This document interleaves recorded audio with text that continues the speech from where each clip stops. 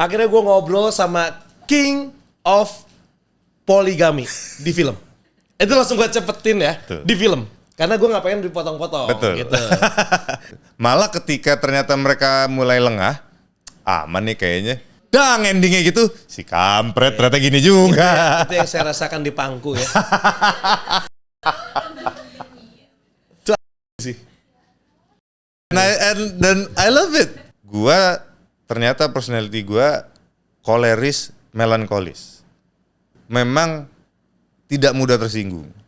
Oke. Dalam artian manusia kan basically memang lo 1000 pujian, satu aja yang maki, itu yang nedang gitu kan. Kagum dengan kekreatifan si Dukun, gimana kalau saya bikin berdiri semua? Oke. Nah itu juga kita masukin tuh unsur-unsur untuk jadi komedi. Lagi duduk aja gonta-ganti posisi kan. Ini disuruh mentarkan. Gimana ngerasanya nggak kebayang sih, gue gila kocak banget. Film gue nggak ada yang jelek kan? Fedy Nuril.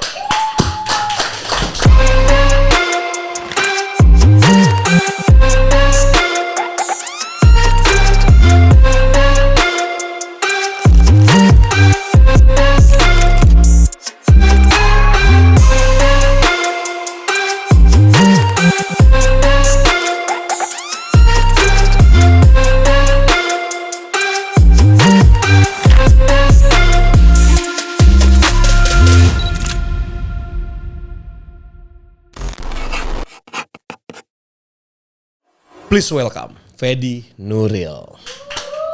Thank you.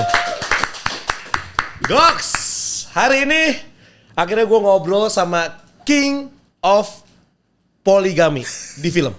Itu langsung gue cepetin ya. Betul. Di film. Karena gue gak pengen dipotong-potong. Betul. Gitu. Jadi harus digarisbawahi ini di film gitu ya. Tapi menurut lu image tentang Fedy hari ini tuh apa?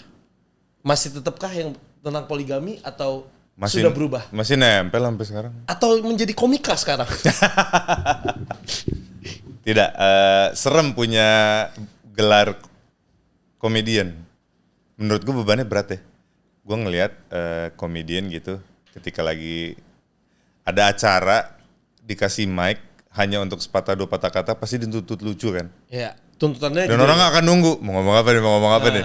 Padahal emang gak ada niat lucu, emang pengen sambutan aja. Terus begitu gak lucu, ya gitu doang. Wah itu susah tuh. Gitu. Gue masih lebih memilih didengar. Enggak, oke. Gue lebih memilih tetap image drama, karena ketika gue emang mau ngomong, gue maunya didengar dengan serius gitu. Didengar dengan serius. Ya kalaupun mau ada acara yang ngelucu, di awal tuh dari kasih tahu bahwa ini akan komedi banget lah. Gitu. Tapi di luar itu pengen yang jangan sampai nempel sih komediannya kalau bisa, karena berat sih menurut gue. Berat ya. Tadi kita banyak ngobrol sih sebelum mulai gitu ya. Kan mengenai yang kemarin Adil Idola. Tapi nanti kita akan bahas. Sebelum itu kita mungkin ngobrol sedikit nih. Kalau misalnya ngeliat Fedy sekarang gitu kan, kelihatannya lu adalah cowok atau orang yang punya prinsip yang kuat. Insya Allah. Berani ya dong. Dengan berani aja speak up aja tuh udah punya prinsip gitu ya. Amin. Tapi gue pengen tahu kebentuknya itu dari mana? Kebentuknya dari mana? Tapi bener ya, dengar-dengar kalau nggak salah bokap lu tuh mayor ya, TNI. Tentara, oke. Pangkat terakhirnya kolonel. Kolonel Ya. Nah, sosok di rumah tuh bokap yang kayak gimana sih sosoknya? Apakah karena TNI jadi kayak tegas banget atau jadi gua nggak ngalamin. Jadi ketika gua lahir, itu bokap bisa dibilang udah mulai sakit-sakitan. Karena waktu itu umurnya pun udah 50 something. Bokap tuh termasuk yang telat nikah, dia nikah umur 40-an. Nyokap gue waktu itu umurnya masih 20-an, jarak mereka jauh. Dan ketika gue lahir itu, bokap udah menua dan mulai sakit-sakitan. Kayaknya luka zaman perangnya baru muncul tuh. Baru berasa tuh. Iya baru berasa tuh. Waktu mudanya mungkin gak berasa, udah masuk 40 dia mulai berasa. Nempel, yang sisa-sisa kali ya. Tapi gue sempet ngeliat masih ada disiplinnya itu kalau kita pergi berenang sekeluarga. Pergi berenang sekeluarga gitu. Sorry, bentar. Lu anak berapa? Gua anak ketiga dari 3 bersaudara. Oh, lu terakhir? Terakhir. Oke, pergi berenang nih? Pergi berenang. 2 kakak gue masih kena tuh. Sebelum kalian main ciprat-cipratan bolak-balik dulu beberapa kali baru kalian boleh main. Nah, gue masih lihat tuh. Gue masih pakai pelampung karena masih kecil kan. Jadi belum disuruh deh. Nah, kakak gue masih kebagian berenang dulu bolak-balik. Baru boleh loncat-loncat atau biar-biur gitu. Gue inget gue masih lihat itu. Kalau ke gue udah gue aja waktu bokap meninggal itu gue masih 5 SD. Kelas 5 SD. Jadi masih kecil kan untuk bisa didisiplinkan yang tidak menimbulkan trauma gitu. Jadi masih nyokap gue banget lah yang handle waktu itu. Jadi tapi ya gue bisa menduga waktu itu aja kakak gue kalau lagi berenang bisa disuruh berenang bolak-balik dulu 10. Gue nggak kebayang deh dulunya gimana. Tapi kalau dengar cerita-cerita nyokap nggak segitu disiplinnya banget juga sih mungkin ya. Jadi di rumah tuh nggak ada aturan yang keras-keras banget gitu. Enggak sih. Kayak misalnya kalau misalnya di meja makan harus di meja makan dan makan itu harus begini. Ya enggak, itu pun enggak. Enggak ada. Enggak ada. Oh itu ya karena nggak biasa kali ya kita sakit pinggang tuh. Itu dia gitu betul. Atau mungkin gini, bokap tuh dulu waktu tentara itu dari tentara rakyat ya, jadi dicomot kan, bukan akademi kayak sekarang. Jadi mungkin kayak table manner itu belum diajarin waktu itu. Kalau sekarang emang lo masuk di Akmil, kebetulan gue juga pernah syuting di Akmil dulu. Ya itu makan begini. Yeah. Bahkan logo Akmilnya itu tuh di piring lo harus jam 12. Oh nggak boleh mencong? Nggak boleh mencong. Terus nyusun nasi lauk itu juga ada tata caranya. Kalau ketahuan ada yang itu bisa kena push up, bisa kena lari gitu. Nah di rumah sih untungnya nggak segitunya. Untungnya nggak kayak gitu ya. Untungnya nggak kayak gitu. Tapi lu tuh dulu tuh termasuk tipe anak yang penurut atau yang suka debat nih? Karena kan anak ketiga biasanya suka rebel. Iya kan adek gue rebel ya, anak ketiga ya. Iya. SMP sih mulai mendebat dan bertanya why gitu kan.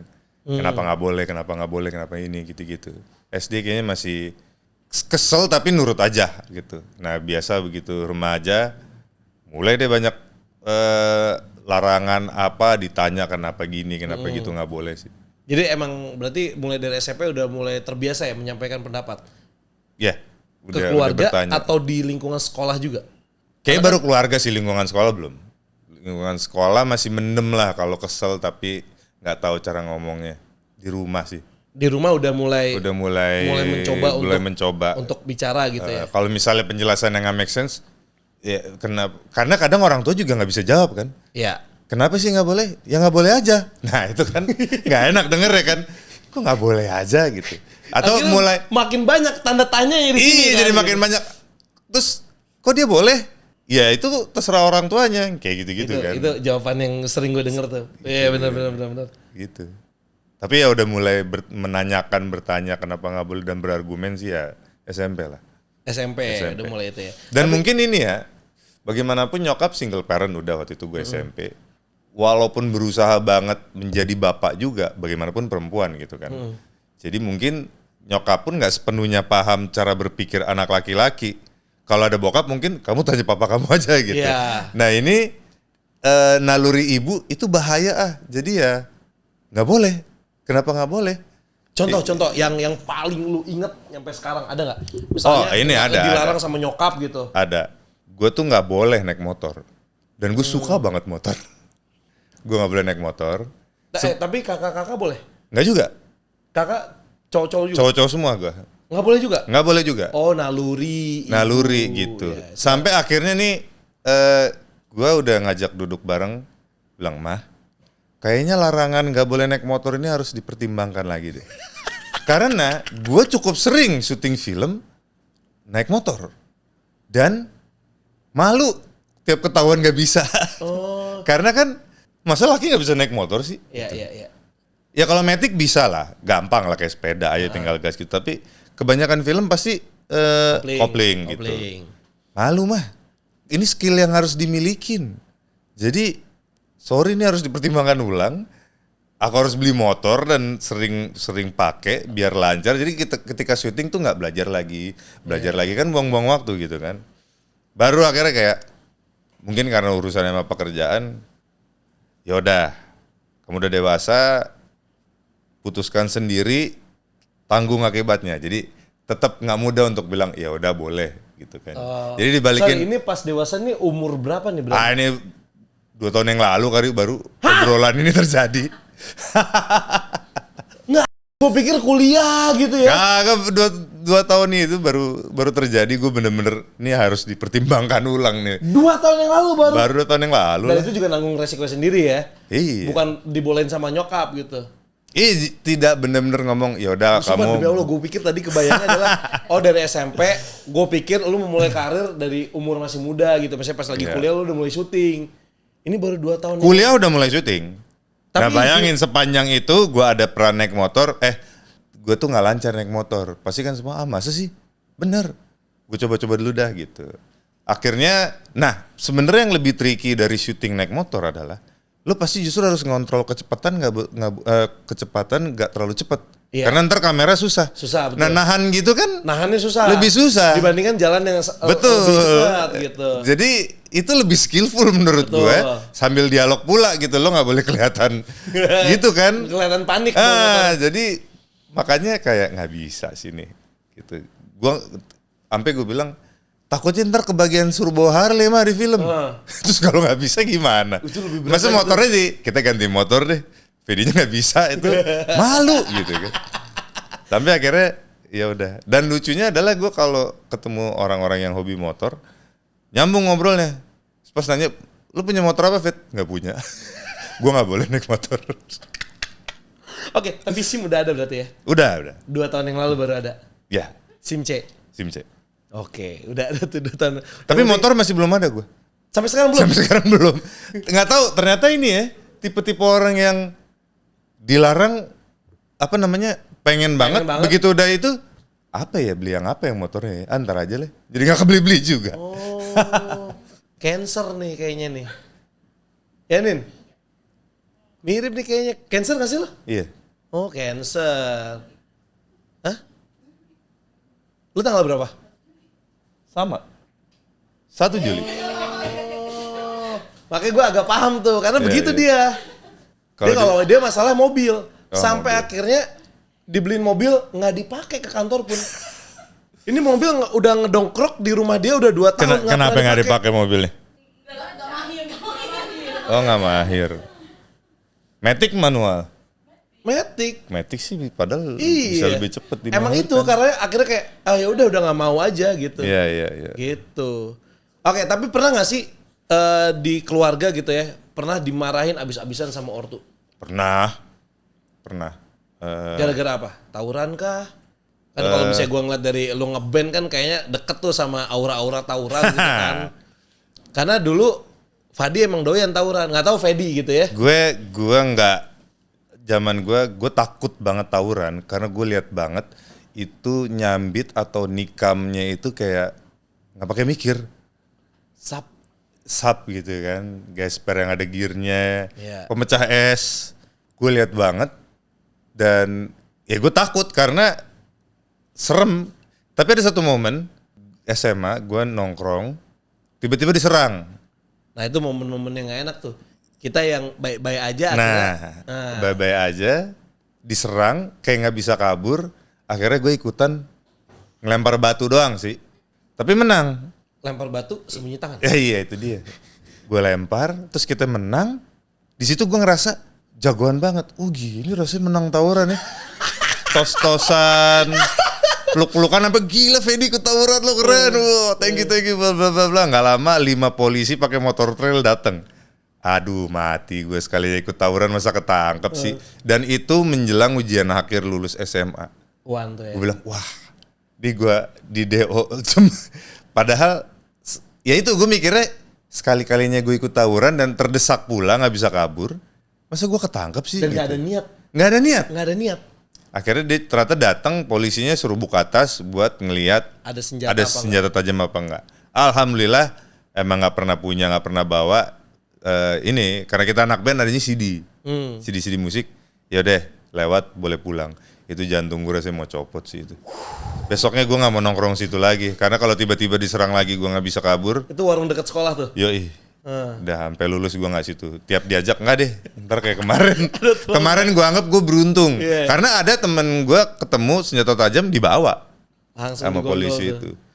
kalau diadeganin kayak film sih, lagi celebration gitu, tahu 5 polisi pakai motor trail atau diem semua. Real film. Real tuh kalau diadeganin. Jadi kalau misalnya ada adegan film kayak gitu di dunia nyata juga ada yang begitu. Ada yang kayak gitu. Oke, kalau akhirnya sampai lu masuk ke dunia hiburan, itu gimana tuh ceritanya? Masih inget gak sih pertama kali syuting tuh kapan, umur berapa, projectnya apa gitu? Masih inget banget karena itu kayak semacam milestone ya. Gue masih kuliah. UI ya? UI, tiba-tiba gue lagi di sebuah mall, lagi lihat-lihat doang window shopping, terus ada yang nyamperin gue. Dia nanya, "Mas, kamu model bukan?" Terus gue bilang bukan. Mau jadi model nggak? Oh, kalau lu tinggi ya. Ya. 18? 182. 82. Ya, terus dia nanya mau jadi model nggak? Gue nanya balik, dibayar nggak? Gitu. Dibayar. Boleh dah. Nyari uang jajan tambahan. Iya, nyari uang jajan tambahan. Terus betul. dia bilang besok janjian kita ketemu ke tempat desainer yang mau rilis koleksi baru dan bikin fashion show. Nah, datanglah gue ke situ. Gue inget banget di situ gue ngeliat nih kalau Saputra masih seragam SMA. Lu udah kuliah? Gue udah kuliah gitu, kenalan Fedi, Niko udah gitu. Nah, akhirnya gue lulus audisi jadi modelnya. Oh, datang ke situ tuh audisi dulu? Audisi di fitting bajunya cocok apa enggak. Dan mereka memang lagi nyari muka-muka baru. Oh, gitu. Niko juga lolos? Niko lolos. Niko malah sebelumnya udah bisa dibilang udah jadi model duluan, udah fashion show, udah foto-foto gitu. Di dunia fashion gitu ya. Gua yang masih nol banget waktu itu. Nah, yaudah akhirnya lolos, gue ikut fashion show itu dan dari situlah bermulai dari fashion show, foto majalah, terus mulai beralih ke iklan. Oh, iklan dulu ya? Iklan dulu. Nah, itu dan sambil menjalani modeling, film Indonesia mulai naik nih. Mulai ada Petualangan Sherina, AADC. Nah, akhirnya SD itu saya tuh. SD saya. Nah, kelas 5. Oh. Nah, PH ini akhirnya ngirim undangan ke agensi-agensi modeling. Untuk nyari talent-talent baru, termasuk ke agensi gue. Datang ke PH itu audisi. Jadilah gue film pertama gue itu Mengejar Matahari tahun 2004. Wah, itu tuh ikonik juga tuh. Iya, alhamdulillah. Ya kan, Fauzi Badila, Fedi Nuril, Winky, sama tadi Ujo. Ya. Tuh ikonik banget tuh. Oh, itu film pertama? Film pertama. Itu gimana tuh pertama kali lu syuting yang maksudnya gini, kalau iklan kan durasinya kan pendek ya. Kan film kan minimum kan 90 menit tuh. Itu syuting segala macem itu. Nah, yang gue inget adalah gue excited banget karena jadi gue tuh sebelum lulus gue ada kayak program magang dulu di sebuah kantor akuntan publik sebagai salah satu syarat kelulusan gitu kan. Oke, magang. Akuntan publik. Kantor akuntan publik jadi junior auditor. Gitu. Kuliah gue akuntansi soalnya kan. Oke. Nah, dan itu pun gue bilang manajemen gue nggak ngambil job dulu karena kalau enggak keteteran. Takutnya kuliah gue nggak kelar-kelar nih gitu. Iya. Nah, sambil gue magang itu gue lihat teman-teman satu manajemen gue kayak Vino Bastian, ada Revaldo. Ini udah mulai ke film nih. Gue merasa tertinggal. Gue bilang manajer gue nggak mau tahu. Begitu gue selesai magang lo harus cariin gue audisi. Gue mau main film juga gitu. Nah, karena gue excited dan ada merasa tertinggal, gue waktu itu seneng banget aja dapat film. Gue nggak kepikiran apakah akan syutingnya lama, apakah akan boring atau apa. Dan peran gue kan, walaupun 4 orang itu peran utama, tapi kan memang beban ceritanya itu ada di Winky sama Oji ya, lebih banyak ya. Poinnya kan. Nah, gue menikmati banget sih, memang. Dan gue merasa beruntung banget, film pertama langsung dapet Rudi Sudjarwo, sutradara ADC segala macem. Dan syutingnya ya lama, hujan, tapi nggak tahu karena gue excited banget, gue nggak merasa berat sekali lah waktu itu. Yang gue kasihan sih kayak Winky sama Ujo karena ya itu karena mereka scene lebih banyak, beban cerita di mereka paling sering kena marah kan. Gue nggak gitu sering kena marah. Ada kayak misalnya, Fedi cepet larinya, ada segitu doang paling tinggi. Lebih banyak ke teknis ya? Iya, teknis gitu. Nah, kalau acting sendiri, lu bisa actingnya dari mana? Karena kan lu juga berawal dari model ditawarin dulu tuh. Iya. Akhirnya lu bisa membubuk, lu bisa acting sekelas itu? Nah, nggak bisa dipungkiri sepertinya memang ada bakat alam. Tapi fashion show itu tuh kita juga acting kan. Lo lihat baju lo nih. Misalnya bajunya yang setelan jas.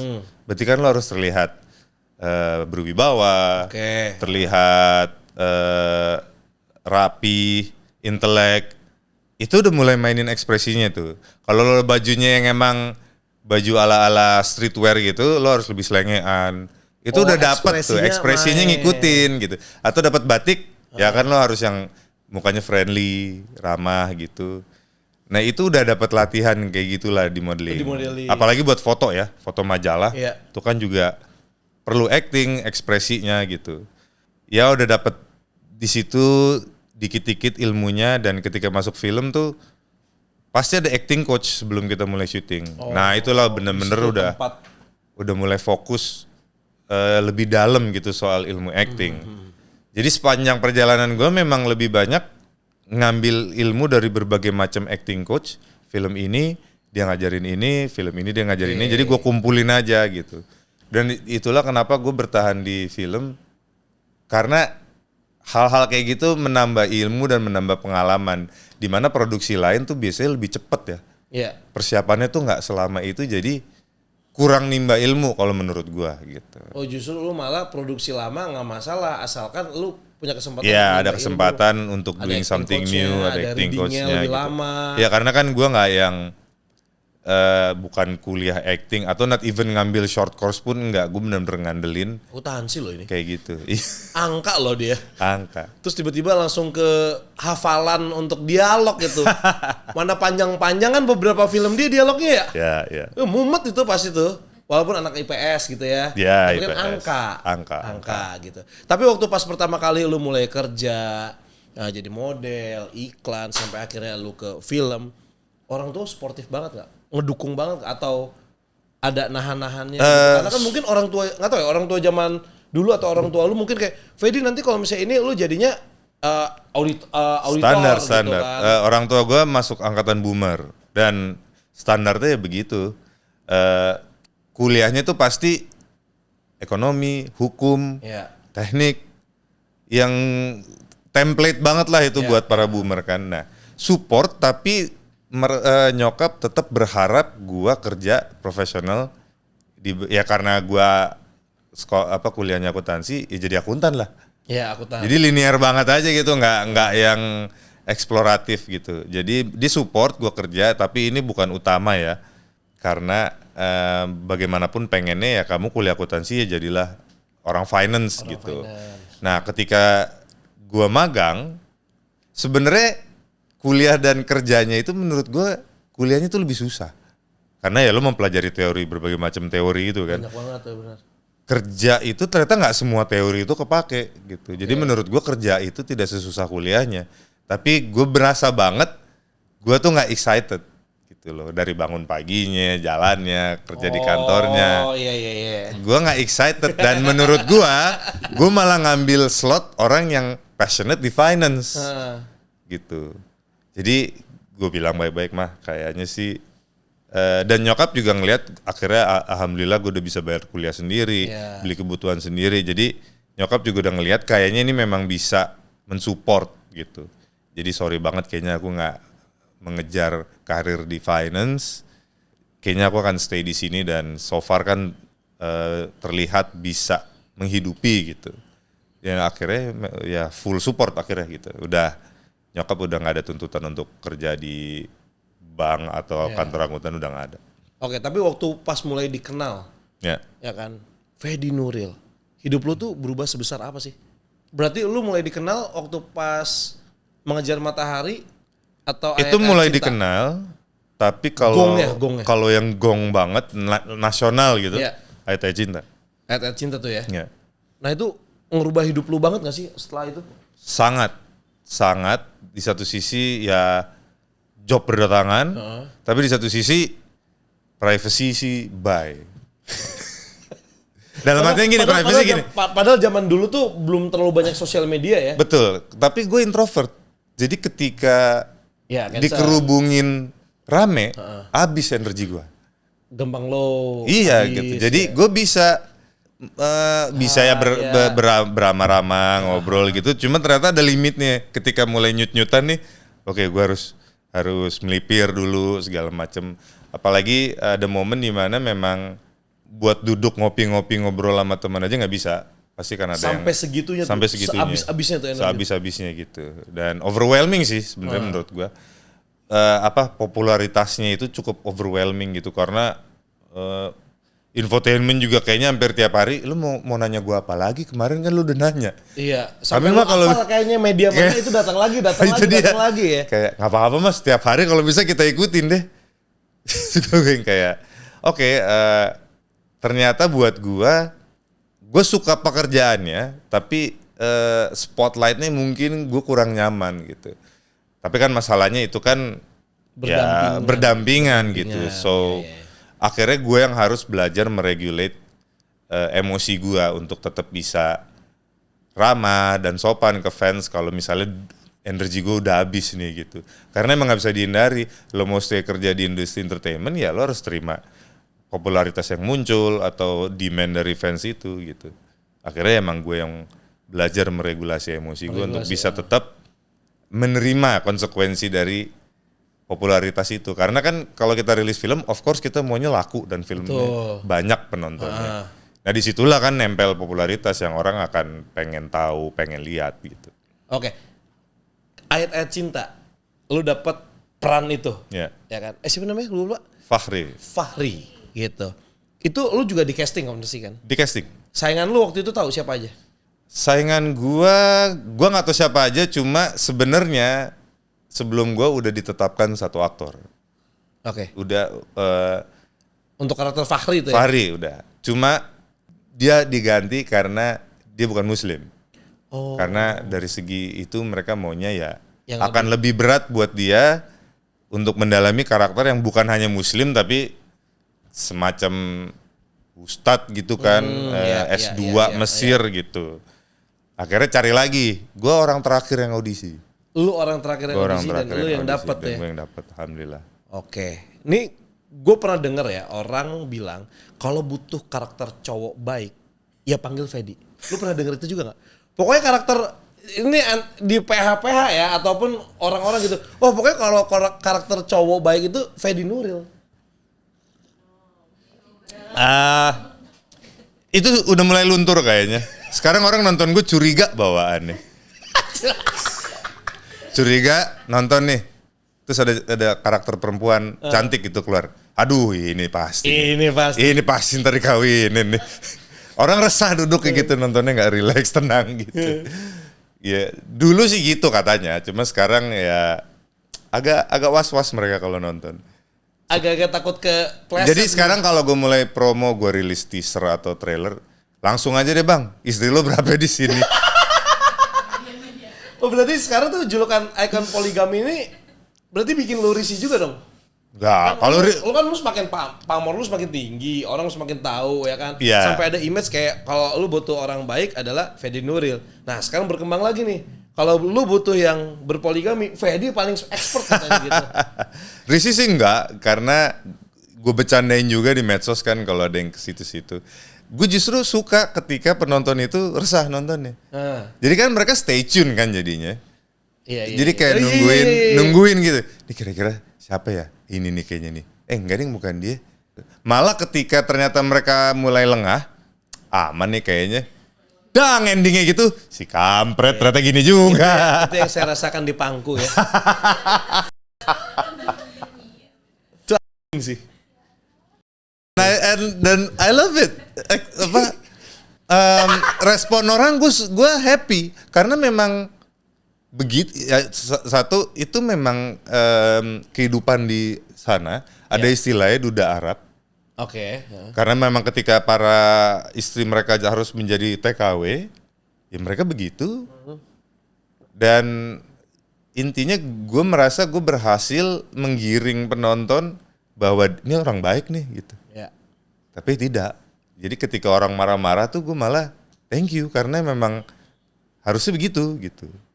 Jadi lo udah lengah sedikit, gitu. Dia kan maksudnya lu kayak satu-satunya yang tidak bandel lah. Ya, gitu ya, kan. ya. Tiba-tiba dia bisa juga gitu ya. Oke, beberapa tahun terakhir ini kan orang mulai melihat Fedi ini cukup vokal di sosial media gitu kan. Lu tuh tipe orang yang gampang baca komentar netizen atau justru yang menghindar sebenarnya?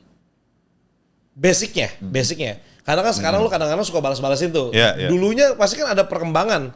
Ada balesin deh gitu, pakai bercandaan atau gimana? Iya. Ini komen yang berarti lebih ke menyerang gitu ya. Ya.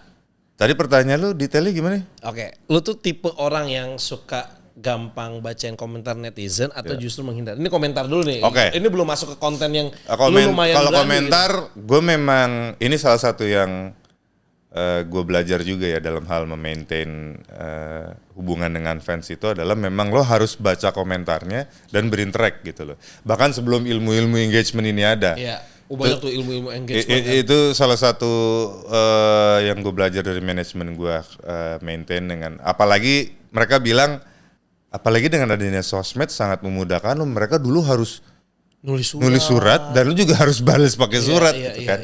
Jadi emang lo harus spend time untuk balas komen mereka gitu. Plus dan negatifnya yang ada yang positif dan negatif aja, jangan yang positif doang gitu. Ya, nah ya gue termasuk yang baca dan mencoba respons juga. Kalau misalnya yang lucu-lucu mungkin seru ya balasnya. Kalau ada yang nyerang misalnya. Nah, ini mungkin apa ya?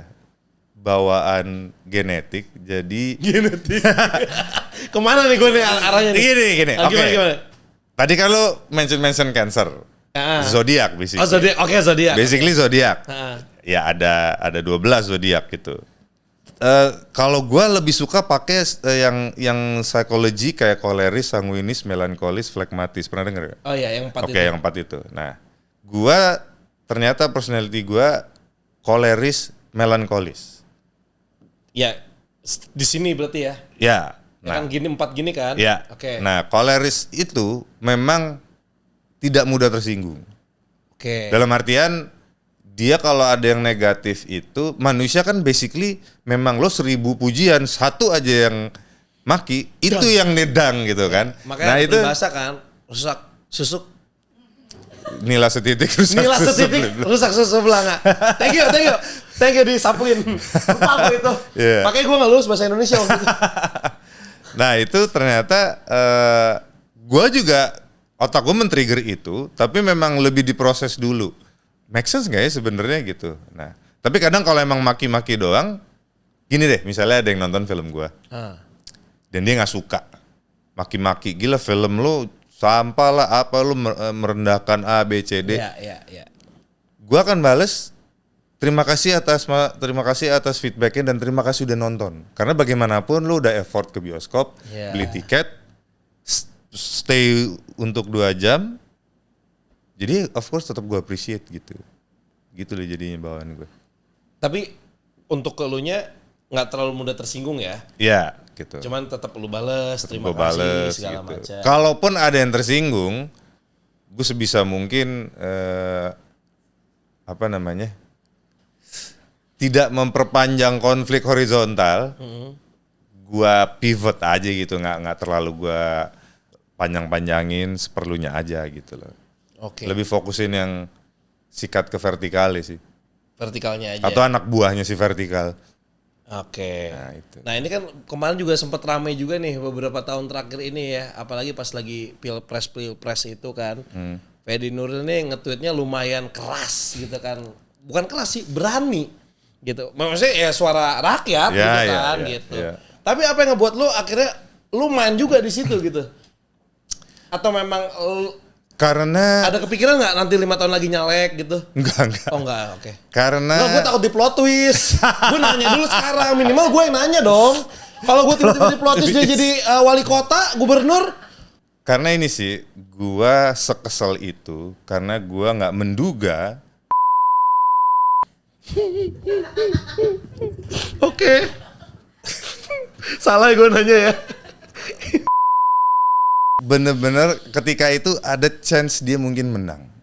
Dan orang-orang yang dulu menyerang dia soal pelanggaran HAM berbalik mendukung dia. Itu gue marah banget sih kalau ditanya. gue nggak terima banget dan gue malu kok Indonesia malah jadi begini gitu. Ya itu di situ gue marah dan akhirnya gue nulis sih. Dan ternyata menang kan. Menang. Like wow gitu. Dan betapa yang dulu juga nyerang-nyerang dia berbalik badan mendukung dia pun juga ngebelain segitunya. Jadi kayak udah jadi dimaafin aja nih begitu. Karena yang gue khawatirin adalah implikasi negatifnya. Oke, pelanggar HAM kita kasih permisi bisa jadi presiden. Berarti kriminal lain boleh dong. Atau mereka juga punya pikiran, ya udah santai aja toh Prabowo bisa jadi presiden. Nah jadi gue kayak marah, gue malu, tapi itulah keluarnya gitu. Oke, mulai berat nih. Panji mana ya? Panji kesini nggak sekalian? Mau bantuin gue nggak?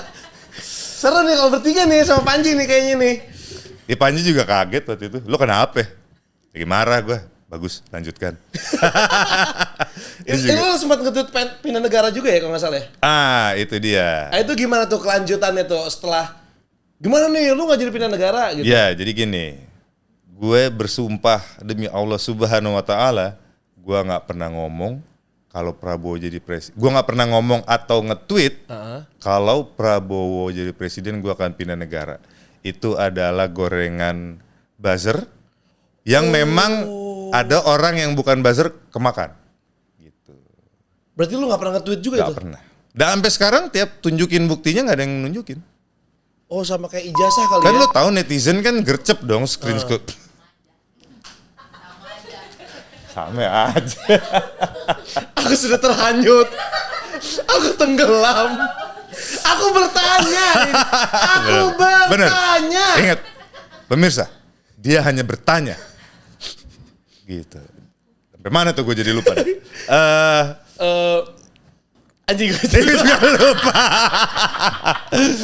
Gak pernah ada bukti yang memperlihatkan bahwa lo kan tahu, nge-tweet itu. lo kan tahu buzzer netizen itu kan gercep banget screenshot apa-apa jejak digital sampai sekarang nggak ada gitu, entah netizen kita skillnya menurun atau memang nggak pernah bikin statement gitu. Terus kan bisa juga tuh dia copy paste halaman itu terus pakai profil picture lu, bio lu segala macam dia nulis, ditimpa. Capture terus habis itu hilang itu gitu kan juga ya. Nah kan X itu sekarang bukan sekarang sih, waktu baru berubah jadi X. Ketika lo mendelete itu di bawahnya tetap ada tuliskan this post has been deleted or something lah. Jadi ketahuan kalau itu udah dihapus.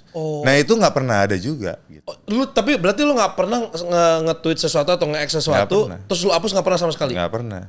Jadi apa yang lu mau sampaikan di sosial media itu, lu bersuara, lu sudah memikirkan itu matang-matang? Udah.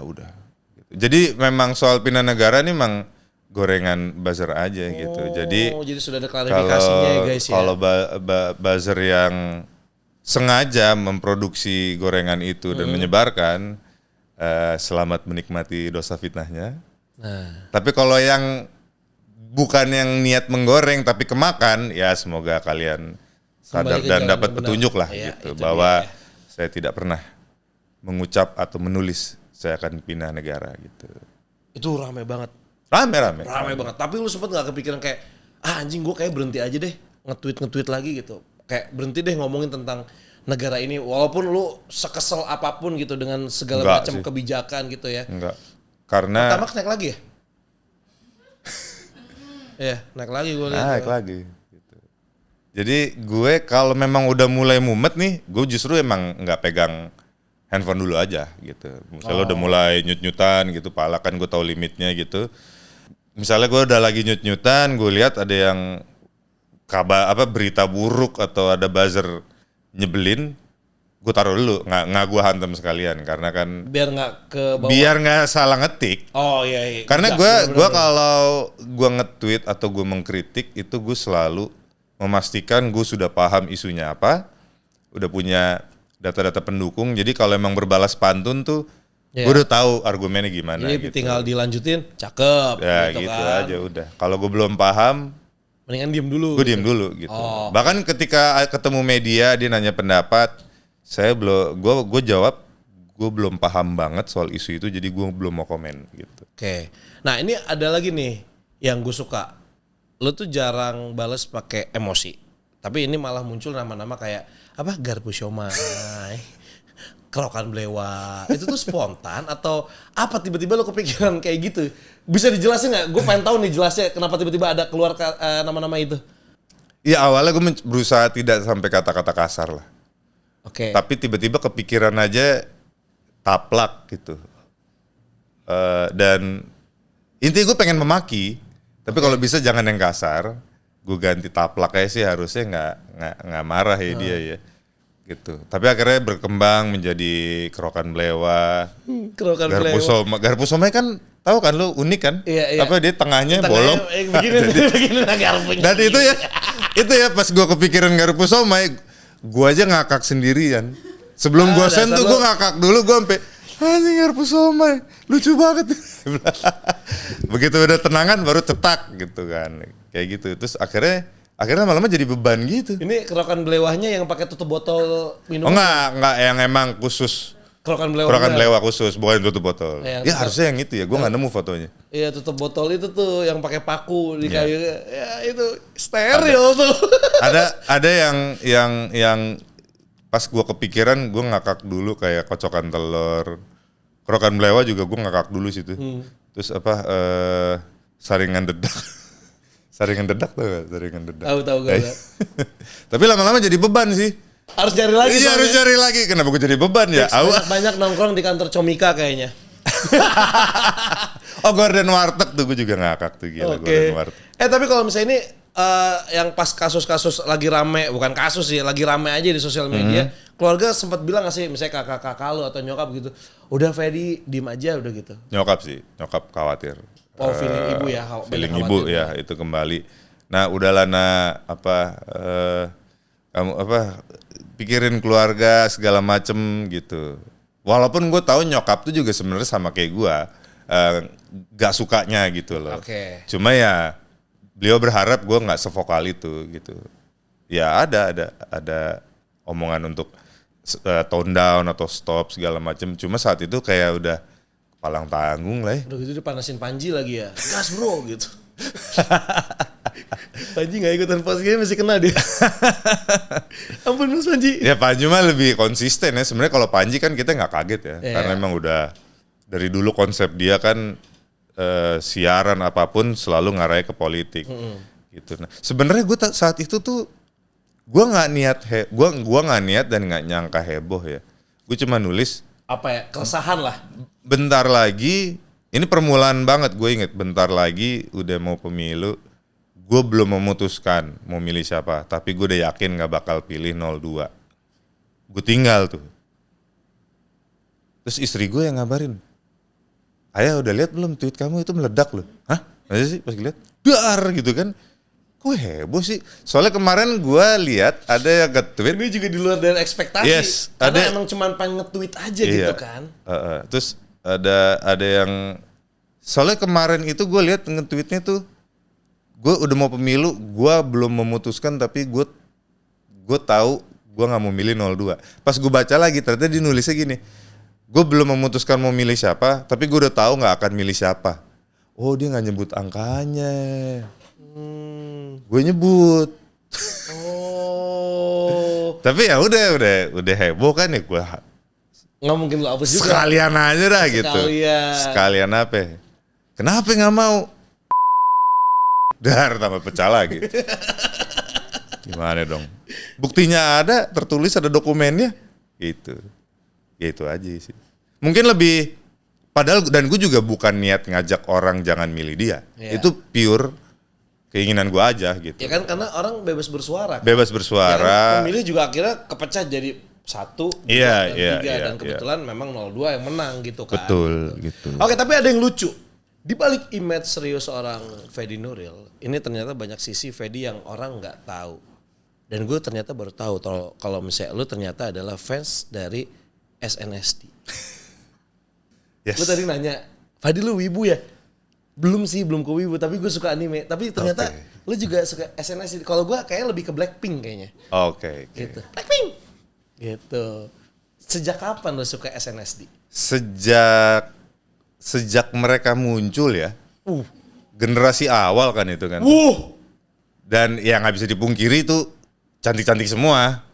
Ya. Dan gue juga sebagai musisi gue update memang musik-musik. Sebagai musisi apa sebagai Fahri nih? Kebanyakan itulah. Kebanyakan bener. Iya. Ya, gue juga update. Sebenarnya saat itu nggak SNSD doang kan, ada Super Junior, ada 21. Ya gue update lah, nih kan Korea naik banget musiknya, gue denger kayak gimana, gue dengerin emang apa ya? Secara produksi, secara skill yang saat itu katanya memang talent ini dilatih ala militer gitu. Iya. Gue juga denger tuh yang kayak gitu. Nah, terus ya bisa dibilang yang paling sering gue dengerin ketika itu ya SNSD. Dari semua member siapa yang paling lo suka? Soyong. Yang konon katanya orang ada keturunan Minang. Tak bener tak enggak? Oh serius lu? Enggak lah. Bisa aja. Bisa. Karena nama kali ya. Ada kan orang Minang dipanggil Yon Yon gitu. Ada orang Minang dipanggil Yon. Ada. Gitu. Oke, tapi teman-teman lu sesama aktor tahu kalau misalnya lu K-popers? Surprisingly nggak semua tahu. Ketika gue syuting bareng, gue pasang lagunya, hah, lu dengerin K-pop? Iya. Oh, pas di lokasi. Yang baru-baru juga masih gue dengerin gitu. Oh. Gitu. Oke. Ini terakhir yang gue suka tuh Jennie yang. Ini yang Jennie doang ya? Jennie doang. Mantra judulnya. Hah? Mantra. Oh, baru masih, itu? Baru. Ya gue masih coba update yang baru-baru lah. Emang pure karena musik dan ibaratnya lu tahu lah mereka bagaimana ekspansinya melalui. Ya kan kita kan nggak bisa ya. Tidak bisa mengacukan fanbase gede. Ya. Lagi dengerin apa sih misalnya? Oh ini apa? Sekarang siapa sih? Baby Monster. Ya Baby Monster. Baru lagi tuh. Iya. Jadi ya gue denger kalau ada musik yang gue suka, gue ulang. Kalau enggak, ya skip aja gitu. Oh jadi emang pure Oke, update. Lu update yang baru, lu dengerin albumnya, lagu yang lu suka, lu dengerin gitu ya? Ya bisa gue ulang, besoknya bisa gue ulang lagi, gue cari lagi. Gitu. Emang suka update musik aja. Dan Korea termasuk yang gue update juga. Yang diupdate juga. Dan kita juga pasti update banget ya bagaimana seorang Fedi Nuril ini muncul di Netflix, bukan main drama, tapi malah jadi orang yang di roasting. Dan jujur ini gue cukup kaget loh waktu pertama kali lu keluar di net, karena kayaknya waktu itu pas lagi promonya gue nggak kena tuh, kan itu live kan, gitu. Terus tiba-tiba, Adili idola Fedi Nuril, itu bener, lu katanya yang minta di roasting. Iya. Itu gimana ceritanya, kenapa lu tiba-tiba kepikiran minta di roasting? Apa karena semua masalah yang udah pernah lu lakukan gitu, gua deh di roasting silakan, atau gimana itu? Itu biar cepet. Ini apa ada artis minta di roasting, aneh. Lu tau nggak, sempet ada komentar netizen, ih Fedi Nuril pick me. Ada yang kayak gitu, gue baca. Ada. Macem-macem kok. Ya jadi awalnya gue habis nonton The Roast of Tom Brady di Netflix kan. Oh. Nah dan gue memang suka nonton celebrity roast yang Charlie Sheen, Donald Trump, Justin Bieber. Nah terus gue mikir gue pengen deh nonton acara kayak gini di Indonesia gitu, yang proper ya. Basicnya gitu. Dari situ. Oke. Setelah gue dapet ide, nih, otak lu nih. Gue telepon yang gue kenal, Panji kan, kayak Ji di Indonesia ada nggak sih yang celebrity roast yang proper gitu kayak yang di Netflix? Belum pernah ada sih. Ya oke, ya udah, bikin yuk. Gue deh yang di roasting. Kenapa gue dengan gampangnya menganjurkan diri gue? Biar cepet aja. Daripada nyari-nyari, daripada Panji pusing doang. Karena gini, menurut yang gue tahu di Amerika itu pun nggak gampang nyari yang mau di roasting. Selebritinya karena kan aibnya dibuka gitu. Iya itu. Nah kalau gue mikirnya sedibuka-bukanya aib gue, toh tujuannya buat bikin orang ketawa kan. Iya. Dan sebenarnya kan orang tahu ini bercanda gitu. Dan roasting itu bukan sebenarnya juga intinya adalah ini harus sosok yang lo hormatin. Gitu, makanya konsepnya adalah lo puji dulu, habis itu baru dihajar gitu. Jadi lo justru bukan yang lo benci, ini lo respect sama nih orang, tapi kalau lo nemu aibnya lo colek gitu. Nah jadi buat gue di kepala gue adalah ini akan menyenangkan banget lah, seru. Jadi gue cuma biasanya nonton, sekarang gue part of the show dan gue yang di roasting lagi. Gue sesimpel biar cepet aja daripada lo nyari-nyari by phone gitu. Itu tuh ya, by phone. Terus dibilang oke, gue ngomongin dulu sama tim gue. Terus 3 bulan kemudian dia nelfon lagi ngasih tahu, oke kita kemungkinan di Juni deh acaranya. Oh ini jadi nih. Jadi lu udah sempet lupa tuh? Lupa udah. Oke. Jadi nanti dia waktu itu di Amerika. Ntar kalau gue ke Jakarta kita meeting ya. Ya udah kita meeting. Nah pas di meeting itu sih gue baru menyadari bahwa ini konsepnya sama kan Ji. Gue di roasting abis itu gue bales. Pokoknya kayak di Amerika gitu. Kayak di Amerika, iya. Berarti bisa dibilang gue headliner dong. Lah iya. Iya bener. Lu baru nyadar? Baru nyadar. Ya iyalah. Jadi lo harus pecah, Fet. Kayaknya gue nyesel deh, Ji. Tapi wait. Jadi gue harus ngapain nih, Ji? Ya lo harus bikin materi. Nanti ada kombut yang nemenin lo buat bikin materi. Dan lo harus open mic. Gitu. Oke, open mic nih ibarat ketika lo mau memanggung. Lo sewa studio dan latih lagunya ya? Persis. Oke. Terus lu mengibarat, iya benar latihan. Gue mengibaratnya begitu. Open mic ibaratnya latihan. Oke, terus. Dan di situ juga lo akan tahu jokes yang nggak works bisa lo buang atau lo rewrite. That's why itu penting gitu. Jadi gue juga minta komitmen lo di sini. Oh iya ini serius nih berarti nih. Ya udah gue meeting untuk bikin materi, ngumpulin kayak interview gini. Terus baru dibikin materi-materinya, terus gue open mic, dan pertama kali open mic kaki gue sih rasanya mau copot sih. Ini open mic, sorry, tadi kan lo ibaratnya latihan di studio. Ya. Studio kan cuma teman-teman band lo dong. Iya. Lah open mic. Iya itu dia. Bedanya Lo tadi nggak sadar kalau open mic ada yang nonton. Ada yang nonton. Open mic ada yang nonton loh. Iya. Dan di Comika itu kantor itu tuh, lo hari apa kesana? Selasa? Rabu. Kamis? Oh Rabu? Rabu Kamis kan dia ya. Rame. Kamis Jumat Rabu Kamis ya. Ya itulah. Rame. Pas lagi rame gitu. Dan gue nunggu di yang ada di situ. Penuh. Wanji. Gimana lu tuh nggak lemes? Asli. Dan gue kelihatan penonton tuh pas gue naik panggung udah ketawa duluan ngeliat kaki gue gini-gini kan. Gue masih karena gue belum hafal banget materinya, gue pegang kertas tangan kiri. Terus mereka ngeliat kaki gue gini-gini gitu kan. Udah ketawa. Terus akhirnya gue ya udah thank you ya, asal lo tahu nih kaki gue rasanya mau putus ini. Dan gue latihan dulu lah. Dan soalnya udah dibilang nih next kita ada bintang tamu yang mau open mic karena nanti dia akan ada di acara Adil Idola. Udah dikasih tahu kan. Ya udah gue open mic sekali. Yang kedua gue udah nggak pegang tapi masih gue taruh di kursi materinya. Open mic ketiga gue udah bener-bener gak megang, gue udah hafal. Ya itulah. Dan bener sih menurut gue, siapapun nanti celebrity roast, ketika lo mengiyakan, dan lo bukan komedian, lo harus komit sih sama project itu. Iya. Gak bisa lo anggap ini cuma sekedar bintang tamu talk show. Atau bintang tamu podcast. Enggak lagi. Gak bisa. Jauh dari itu. Kalau lo bukan komedian, bahkan komedian pun kalau kata Panji ya, lo harus open mic. Nggak boleh ngegampangin gitu. Iya, karena beda permainannya. Betul. Kan? Nah ini harus komit sih. Lu bener-bener ngeblok jadwal, ya latihan ya kalau emang bukan komedian. Berarti lu 3 kali open mic tuh? 3 kali open mic. Oke, dari semua jokes yang udah lu latih tuh ya, ada nggak sih yang kayaknya ini tuh pedes banget gitu? Atau akhirnya... Oh dari yang rosternya? Dari yang rosternya lu ngerasa kayak anjir pedes banget gitu? Pedes sih nggak, cuma gue kagum banget sih. Siapa? Ate, Abdur ya. Kayak Ate tuh jokes dia yang ini. Lu selalu bersuara, mana 19 juta pekerjaan. Lu buka satu pekerjaan buat manajer lo aja nggak mau. Saat itu gue nggak ada manajer emang. Bilang, dan gue tepuk tangannya kayak anjing dapet aja lo dia gitu kan. Gitu. Padahal sih gue nggak pernah vokal yang 19 juta pekerjaan sih. Itu lagi-lagi ada lagi buzzer tuh berarti ya. Apa Ate aja yang buat? Ate buzzer kayaknya ya? Kayaknya Ate buzzer. Ate buzzer nih. Maksudnya gue bersuara, cuma spesifik 19 juta pekerjaan gue nggak pernah angkat yang itu. Cuma maksud gue mantep aja sih masuknya gitu kan. Kalau Abdur tuh yang gue salut, dia kayaknya scrolling Instagram gue sampai bawah itu. Sampai bawah tuh untuk tahun berapa? 2015 lu main Instagram ya? Untuk bikin materinya. Gila niat nih orang.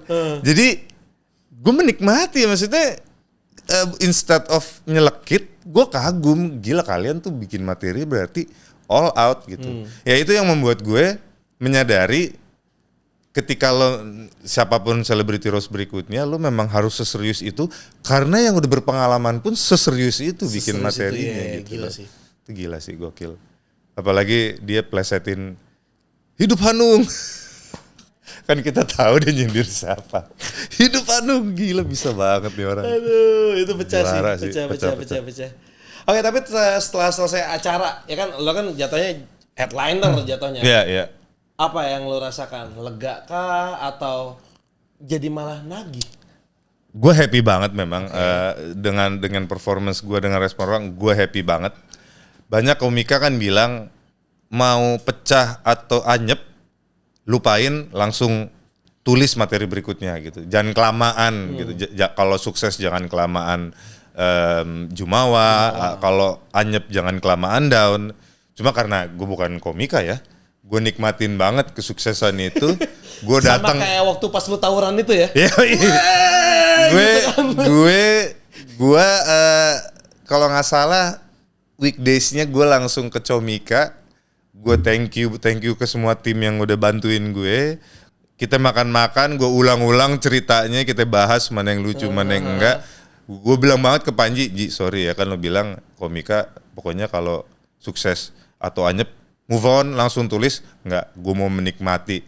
Ayo kita omongin Adil Idola semalaman ini gitu. Kalau ditanya nagih, ada, cuma gue pun menyadari gila nulis materi itu susah. Berat ya, oke. Susah. Apalagi kalau materi yang smart, yang lo nggak nyangka, ternyata ada punchline yang lucu. Nah itu gokil sih, gue salut banget lah sama komika-komika itu yang nulis materi keren-keren itu. Gokil, di situ kayak ada nagihnya, cuma kayaknya susah nih. Harus spend time sih. Spend time dan komit sebenarnya. Ya. Berproses. Gitu kan. Oke, mungkin kalau misalnya tadi kita udah sempat ngobrolin tentang keluarga sedikit. Ini gue bukan mau ngerosting nih ya. Tapi sebenarnya gini, kan di film terbaru lu ini adalah hubungan antara ayah dan anak. Yeah. Sedangkan ya lu tadi cerita bahwa bokap kan udah pass away ketika lu kelas 5 SD gitu. Yeah. Ini gimana nih ketika lu harus memerankan seorang ayah dan ada hubungan sama anak, kan lu nggak dapet contohnya nih dari bokap lu. Tapi di kehidupan nyata lu sukses jadi seorang ayah. Amin. Gitu. Ya ini gimana tuh? Ini memang agak challenging ya karena gue tidak dekat dengan bokap karena beliau meninggal, gue masih kecil. Dan tapi gue ada ketakutan nanti anak gue nih ternyata dia nggak merasa deket sama gue. Lu bahkan ada ketakutan? Ada, karena kan kita nggak tahu ya. Kita pikir mungkin kita sudah mendidik sebaik mungkin, tapi pas gedenya yang mungkin dia udah mulai lebih bisa bersuara, ternyata ada A, B, C, D gitu. Nah, dan Indonesia itu kan salah satu negara fatherless terbesar. Gue baca penelitian. Gue baru tahu tuh. Yes, jadi cukup challenging. Nah, gue itu sebenarnya kalau mau memerankan karakter yang agak jauh atau nggak relate sama gue tuh bahkan udah pergi ke psikolog untuk bertanya apa sih yang terjadi sama bapak dan anak ini. Kenapa? Oke, dia anaknya segitu marahnya karena dulu bapaknya yang gue peranin Warto ini namanya Warto ya? Namanya Warto, tukang judi bola. Ya, gitu kan. Relate sekali ini judul-judul ini. Jadi ya itu kecanduan judi kan juga ngerusak diri dan ngerusak sekeliling gitu kan. Nah tapi apakah research gue mau nyari tahu apakah benar-benar nggak ada pintu maaf gitu. Ketika mungkin bapaknya sudah tobat gitu, gue nggak mau judi lagi gitu. Nah itu yang gue ulik dan apa yang bisa dilakukan untuk mengambil hati anaknya gitu. Dan yang menarik yang gue temuin adalah tidak dengan omongan permintaan maaf mungkin perlu, tetap lo perlu sebut. Tapi ternyata yang terpenting itu untuk bikin anak itu bisa nerima adalah bikin dia respect lagi sama kita. Karena buat laki-laki respect itu number one ternyata. Gitu, dihormati itu number one dan itu harus melalui tindakan, betul. Nah dari apa riset gue itu gue masukin ke film tindakan-tindakan yang dilakukan si Warto untuk bisa memenangkan hati anaknya lagi dan bisa memaafkan dia dan hubungan mereka bisa baik lagi gitu. Oke, jadi lu risetnya juga cukup lumayan dalam ya. Dalam. Ini ada traumatik dari si anak. Betul. Yang mana sebenarnya lu nggak pernah merasakan ketika lu jadi anak nggak pernah gitu kan. Walaupun nggak dekat, tapi kan beda kasusnya. Ketika lu jadi bapak, lu juga nggak mengalami hal itu. Belum lah, karena masih kecil kan anak gua gitu loh. Oke, boleh cerita sedikit nggak sih? Bapakmu kiper ini tuh ceritanya tentang apa sebelum kita lebih dalam lagi? Gue makin penasaran karena lu ngomongin judul, lu ngomongin hubungan bapak sama anak. Ini kayak makin... Bukan judul, jubol. Judul, oh ya judul. Jubol, judi bola. Judi bola ya. Kan ada offline, ada online ya? Iya. Kok tahu? Lu main ya? Oh enggak. Iya. Ada tabel-tabelnya biasanya kalau online tuh. Iya. Kok tahu? Gitu. Iya, jadi ceritanya ini, jadi karakter yang gue peranin ini Warto. Dia ini dulu memang pemain sepak bola Tarkam. Oh, ada main bolanya juga. Main bola, jadi kiper. Udah pensiun dan sehari-harinya itu jualan ikan di pasar. Warto ini punya anak namanya Dino. Nah, Dino ini masih aktif di sepak bola Tarkam, nama timnya Serigala Sakti. Umur berapa nih si Dino ini? Dino ini 17 lah. Oh ya. 17. Oh ya. Udah SMA lah ya. Udah SMA. Nah, terus Dino ini tim Serigala Saktinya berhasil masuk final, tapi timnya ini dibajak sama tim lawan. Sebenarnya Dinonya ini diajak gitu, tapi dia nggak mau karena dia merasa tim lawan ini selalu curang mainnya. Dia mau kalau menang itu dengan cara jujur karena itu pesan dari mendiang ibunya. Gitu. Nah, dan Warto dan Dino ini hubungannya nggak baik. Nah, salah satu cara Warto untuk bisa memperbaiki hubungannya, dia panggil teman-temannya dulu yang main Tarkam bareng. Angkatannya Warto. Yuk kita main bola lagi. Kita bantuin Dino supaya dia bisa menang final dan karir bolanya melonjak gitu. Jadilah tim yang sudah pensiun daripada tua ini penyakitan ikut main bola bantuin Dino. Yang menjadi pertanyaan kan adalah apakah Dino berhasil menang final dan apakah hubungan Warto dan Dino ini kembali harmonis gitu. Ceritanya seru banget. Seru sih, seru. Apalagi untuk gue ya, anak cowok yang nonton Kapten Tsubasa. Nah, ya kan, apalagi kita yang cinta banget sama sepak bola Indonesia, karena nggak bisa dipungkiri kalau ngomongin sepak bola Indonesia nggak cuman liga nasionalnya aja, tapi di kampung-kampung Tarkam gitu ini, tuh keras dan makin naik Tarkam ini. Iya. Gitu. Oke, lu sebagai Warto. Nah, kalau misalnya Warto sendiri karakternya itu seperti apa? Ya, dia dulunya itu waktu main di Tarkam dia kiper yang jago. Oke. Cuma gua ngebayangin kiper yang jago kayak di Shaolin Soccer tuh gitu kan. Tai Chi gitu kan. Bolanya nggak ditangkap tapi diputer-puter. Tapi kelemahannya adalah judi itu. Dia segitu sukanya judi bola sehingga membuat keluarganya berantakan sampai akhirnya si Dino ini ya jauh gitu, renggang. Tapi tinggal masih satu rumah kan? Masih satu rumah, tapi dingin banget situasinya udah gitu. Oke. Jadi ketika bantu di pasar jualan ikan pun ya udah dingin banget lah.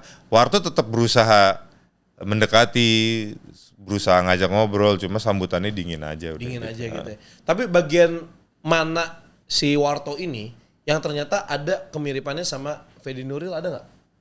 Dari karakter yang dibentuk nih Warto, ada nggak yang ada nih satu karakter yang gue masukin karakter Fedinya gitu? Ini di bagian kipernya.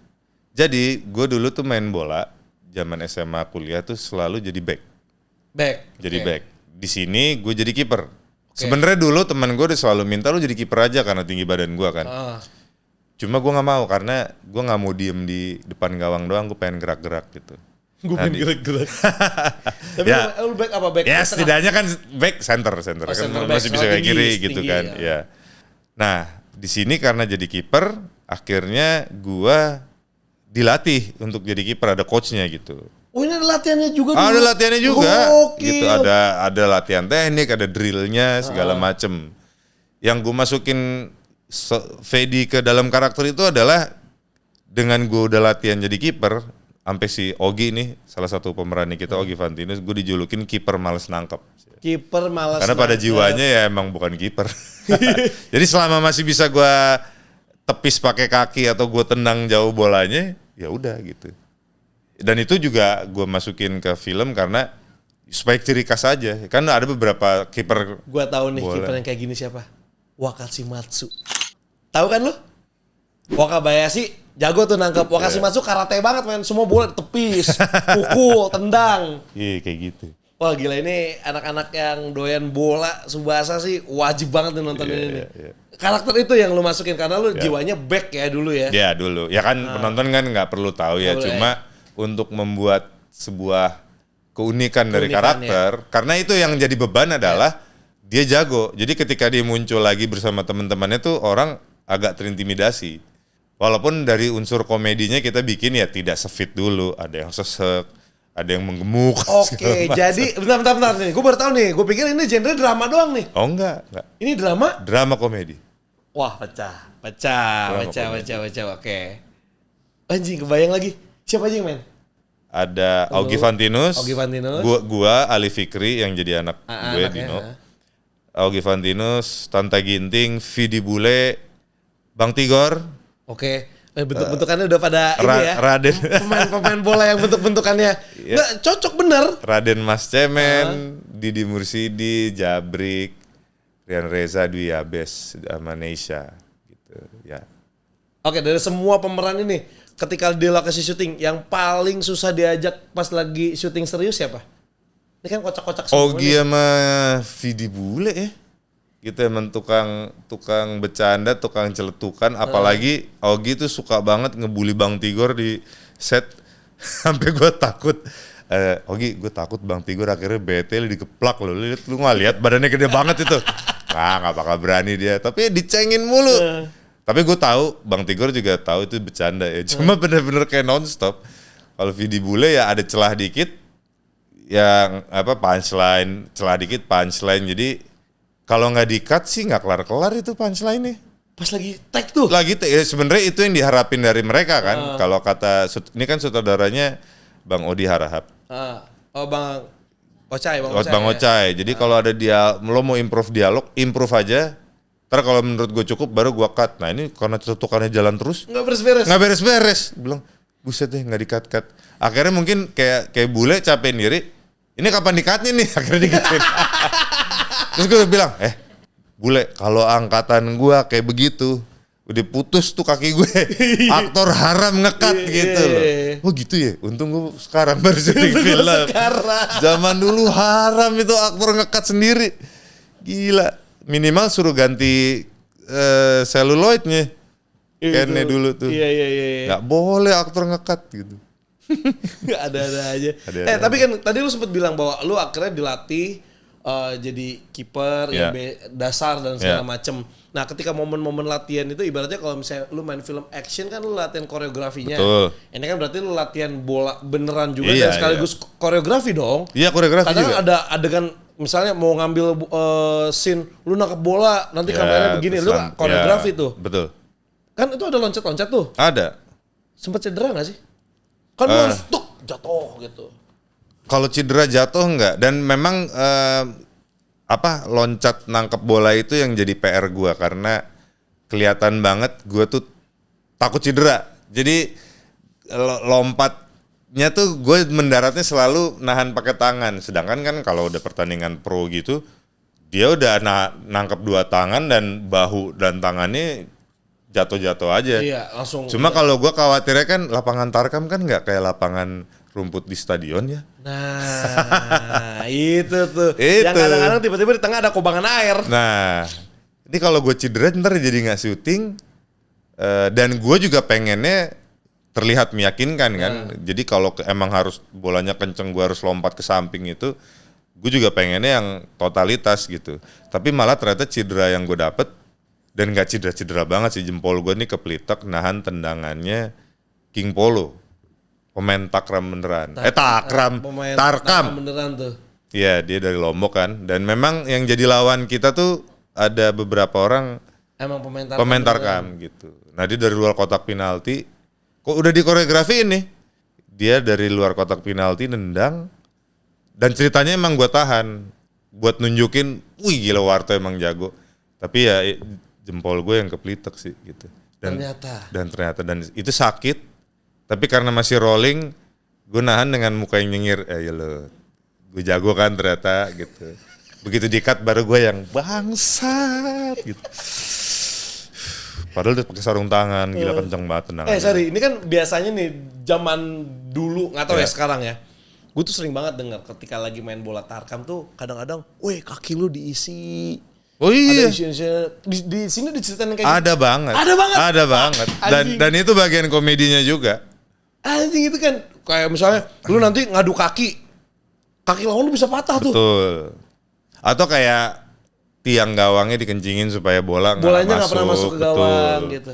Dan sekarang tuh malah si dukun itu jadi gimmick ditampilin secara terbuka. Gitu. Kalau dulu ngumpet kemarin tuh. Iya, kalau dulu ngumpet-ngumpet. Ini sekarang ternyata malah ditunggu, mana nih dukunnya belum kelihatan. Jadi gimmick gitu loh.